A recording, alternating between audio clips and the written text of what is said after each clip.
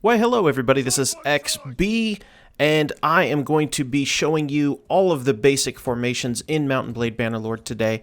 I'm going to take some liberties with what kind of troops we use and what we're up against, just to show you their defensive and offensive capabilities. So this first one we're jumping right into is just your standard line formation. You can't really go wrong with these. They're just about the most average formation in the game, having both average attack and average defense. Your troops will defend themselves if they're shielded infantry. They'll do their best to stop incoming projectiles. However, they won't respond. Well, let me put this another way. They will respond. That's when they defend themselves. So the enemy's going to get some shots in before your troops raise their shields. You can see right here, my troops raise their shields after they start taking damage. Now, with a standard line formation, if you're up against an even force, your chances of winning are just about 50-50. You're going to see here that I'm giving almost as much damage as I'm taking, although in the end, I am going to lose this particular fight because line formation is not that impressive, especially against other melee infantry. Now, against archers, it's a little better just because your men will raise their shield. But again, they raise their shield in response to already having been shot at. So line is really what you use if you're just charging a smaller enemy because your troops are sufficiently spread out and they will do their duty. Again, though, not the most recommended formation for any troops. It's okay for archers, it's okay for melee, but generally not that great. Next up, we have my personal favorite in almost every situation, the shield wall formation. Shield wall is fantastic for infantry, not so great for archers, although someone in the comments is going to mention how shield wall is actually great for archers because it spreads them into one very condensed line. And yes, there is a way to mess with the shield wall meta and make it so that archers are really, really successful in a shield wall. But we're going with general teaching in general terms here. So shield wall, the troops will always have their shields up. They're always on the defensive. However, as you'll see here in a moment, they will still defend themselves if they have javelins. They'll still throw those javelins at oncoming enemy forces, which gives them those extra few kills early on. Or in this case, just one kill because the enemy had their shields up. But the shield wall is an absolute beast for defense. Now just watch as the enemy just breaks against this wall. Another great thing about the shield wall is that it tightly packs your troops together. So even if the enemy, let's say, has superior weaponry, as long as your troops are tightly packed together and have shields, you don't have to worry about enemies flanking you getting to the side of your troops because that pressure of infantry pressing towards the center is always going to be high. Interestingly enough, shield wall is also an extremely great formation for countering cavalry because even if the cavalry outmatch your men, they have to go against a very densely packed troop. So it's going to slow them or even stop them and hopefully get them killed. Now, as you can see here, my guys are handedly winning, so I told them to charge because the flanks, no one is attacking my flanks. They're just pushing inward, so I'm going to roll right into them in the center here and just absolutely dominate. Shield wall is a great formation for virtually any scenario unless you're very low on troops. The only time it isn't effective is, of course, if you have very few troops versus very many. That's just going to condense them more, which is a bad thing. Third on the list is, of course, loose formation, which is a fantastic formation for archers. Not so great for infantry, although I have seen it used. In fact, I've done it myself. I've seen it used to quite a great advantage. It's a quick way to spread your troops out. So if you outnumber the enemy, it's a great way to make your line even longer and envelop them in a charge. So it's not useless for infantry, but again, that's sort of playing the system. That's not particularly good for using standard army infantry. Now, the reason that loose formation is great for archers, as you can see on the archers in front of me here, although I'm zooming in a bit, you can see they're standing staggered. So every single one of them is out of each other's way. The guy in the front is not blocking the guy behind him, and so on. So the entire 3-rank deep part of my army is firing on the enemy at the same time.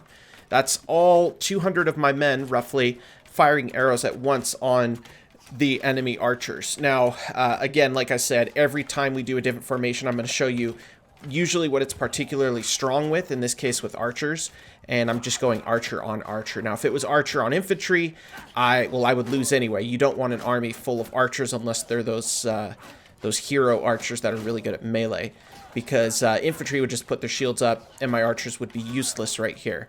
In this case, though, they are not useless. They're wonderful against enemy archers. They're being spread out, which means that they're defensive as well. They're very hard to hit in large numbers because they're spread out, so the enemy can't concentrate its fire anywhere, and it will have to individually take down your archers. I also, of course, recognize that some of my archers were on a hill, which gives me an advantage. That's just because the line is freaking huge. Now, you're going to see in a second here, I'm going to pop up the casualty list. 3 losses to their 173. That is a very effective archer formation. So this next one is not a bad formation. It's not the best for defense. It's certainly the worst for offense. Just do not use it for offense.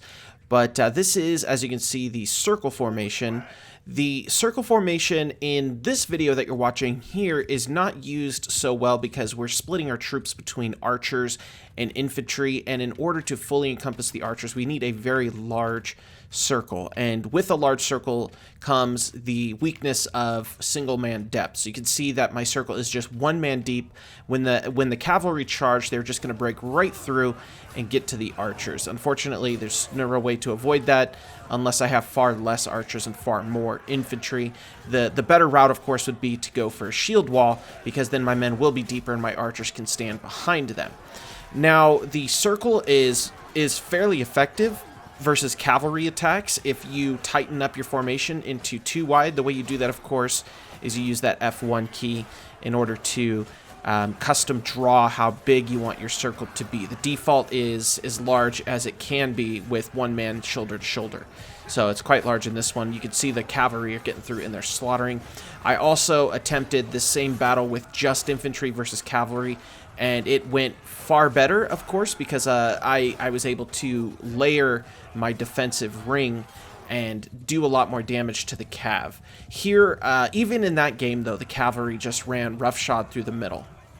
It's not like shield wall, where with the shield wall they very rarely break through because the pressure is so tight between each man. In this one, they will definitely break through. Now, their horses will be slowed, so you'll still probably win as long as you're not heavily outnumbered or out-armored. But there is a better formation for countering cavalry, and it's coming up. The circle is better in multiplayer, to be quite honest. So here is one that I have a love and hate relationship with. This is square formation. I love it when it works. I hate it when it doesn't. And it works in a very specific scenario. So square formation is the next best thing to a shield formation when you're up against a large cavalry force. As you can see, our men are in a nice, fairly tightly packed square facing in every direction with a slight exit from the back. And it's good, and you're going to see here as the enemy charges me, most of them don't make it through my lines. However, most is not as good as none. If I were to be using a shield wall formation, with very rare exceptions, those enemy cavalry are not going to get through my line. However, the downside is if I was using shield wall formation, they would of course be able to go around my lines and come back. So shield wall is not so great against cav in multiplayer because you're up against a human who's smart enough to not just attack you in the front. Square formation is a very, very effective anti-cavalry formation, assuming your men have long enough weapons to kill enemy cav. Downside is it does not keep the cav from pushing through. As you can see, it's becoming a big quagmire here. Even though my men are slaughtering the riders on these horses, the horses are still walking through the line and just messing everything up and making holes for ridered horses, or how do I say it? There's cavalrymen, making way for cavalrymen to zip right on in the middle, and then my guy has to frequently take care of business as they get to the middle. So square formation is pretty effective, and historically speaking, it was an extremely effective anti-cavalry formation. A pike square was very good.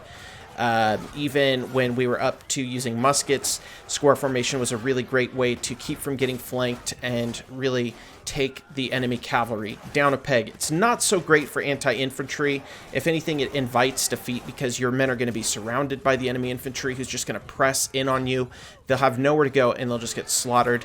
Against archers, it's extremely ineffective because all those arrows are just dropping on a tightly packed formation. They may be guarding the outside, but they are not guarding against overhead arrows. So not good against archers, pretty great against enemy cav though. As you can see, my men are barely being scratched here in this formation. Even though their cav are breaking through, they're not particularly hurting my unit, and we're going to pull out. I think they lose 10 men in this one. So we did quite well with the cavalry, anti-cavalry square. But again, it's a very specific, very unique formation just for combating enemy cavalry. So if you're going against, for example, the Khuzaits, a good one to have here.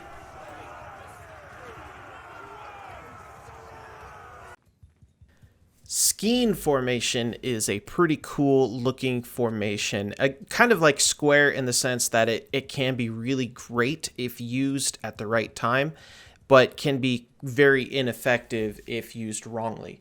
Now here you can see I'm putting my formation in the valley so that I can maximize the effectiveness of my troops on the outer wings of the Skein formation. What this does, the primary function of the Skein formation is to draw the enemy towards your center in a sort of arrowhead, so that when they attack the front, the rest of their men kind of move in towards where that attack began, and then your men on the outside can, of course, swarm down upon them and take their flanks. Now, what we're doing here is we're up against an identical force. We are using, I believe it is Empire Infantry versus Empire Infantry, same amount of men. My men up on the hill here can throw their javelins and get some pretty decent kills. My front ranks engage, and then of course I tell all my troops to charge so that my men up on the hill can roll down the hill and take the enemy from the flank. Now this was any man's fight here. If I recall, I barely came out on top on this one. So against an even force of infantry, Skein formation is not going to be particularly great compared to shield. If I use a shield wall, I take virtually no damage. So shield wall is still the preferred method. Skein formation is really more of an offensive formation. It's really great if you're on the attack, and especially if you're up against widely spread out troops. So if the enemy, for example, has archers, or they have lightly armed troops, but their armed troops are very widely spread out, it's a pretty good one to cut a hole in the middle. Or if they're a smaller formation, it's great to envelop them as opposed to line, which is going to hit them all at the same time. So Skein is a little bit more tactical. It's a decent offensive formation, so I would use it in almost every situation where I'm on the attack and I outnumber them. And as you can see here, very close fight. So the last but not least, and I know I'm saying last and there's still another formation called Scatter. Scatter doesn't work, or at least doesn't whenever I try it. Maybe my game is bugged, but Scatter is essentially loose formation, so just go loose formation. Anyway, Column formation, the most useless formation in this game. Now, historically, obviously, column formation was necessary and absolutely required for your troops to march from A to B. If you're marching 50 miles in a, well, that's ridiculous. If you're marching 10 miles in a day, or let's say 19 kilometers or whatever it is, then obviously you want to march your men in a column because you're going down roads. In the game, I have no idea why the devs put this in the game. It has no functionality for combat. Now, funny enough, this battle I won. The only reason I won this battle, you're going to see it, I'm going to show you as I'm talking here, but the only reason I won this battle was because half of the enemy army was coming around that rock that you see there on the right.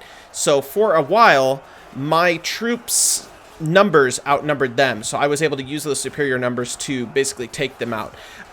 Normally, column is pretty worthless. It really just opens up your flanks, huge flanks to the enemy.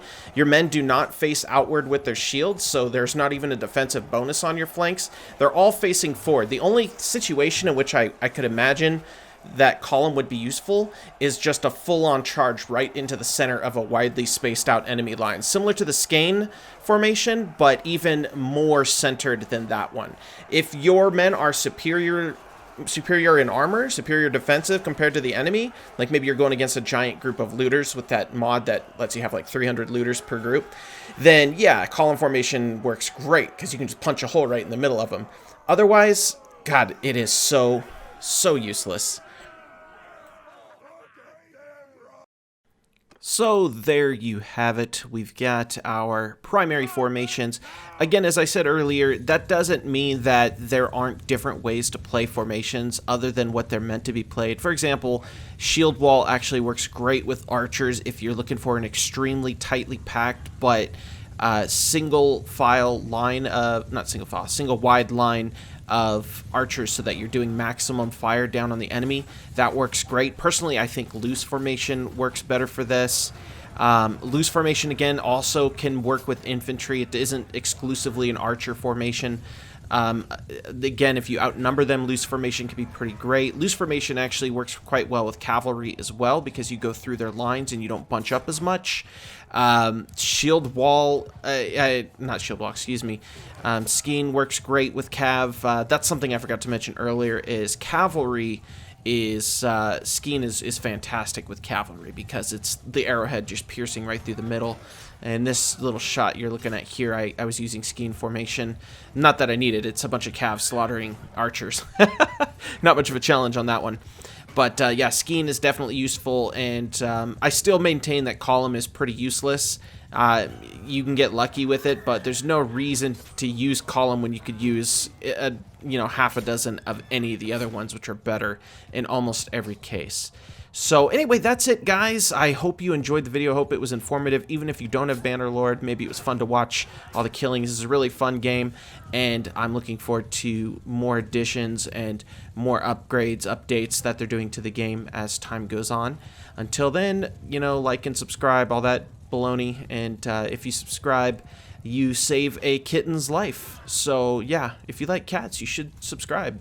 And if you don't like cats, don't worry, I'll kill a kitten too. Just subscribe. Bye-bye.